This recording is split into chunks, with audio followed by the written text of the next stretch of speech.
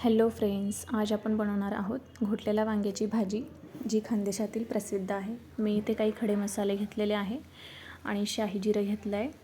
त्यानंतर हिरवी मिरची, कोथिंबीर आणि कढीपत्ता घेतला आहे. इथे मी वांगे कट करून घेतले आणि थोडेसे लसूण घेतले आहेत. आपण इथे मसाला काढून घेऊयात.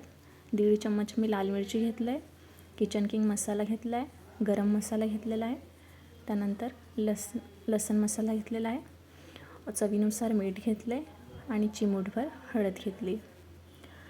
मी ते इंडक्शनवर कढई गरम करायला ठेवली.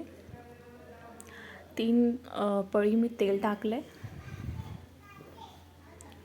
त्यानंतर मी मोहरीला तडकून घेते. लसूण टाकायचे, थोडीशी जिरे, कढीपत्ता,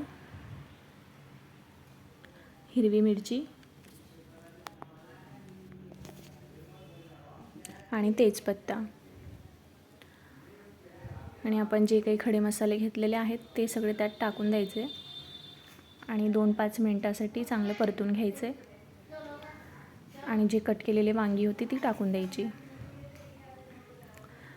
2 मिनिटासाठी चांगले परतून घ्यायचे. त्यानंतर झाकण ठेवून 5-10 मिनिटासाठी वाफून घ्यायचे. 5-10 मिनटं वाफून झाल्यावर ते चांगले शिजतील. त्यानंतर आपल्याला जो मसाला काढलेला होता तो टाकायचा आहे. चांगलं परतून घ्यायचं आहे. 5 मिनटं परतून झाल्यावर झाकण ठेवून थोडा वेळ वाफून घ्यायचं आहे.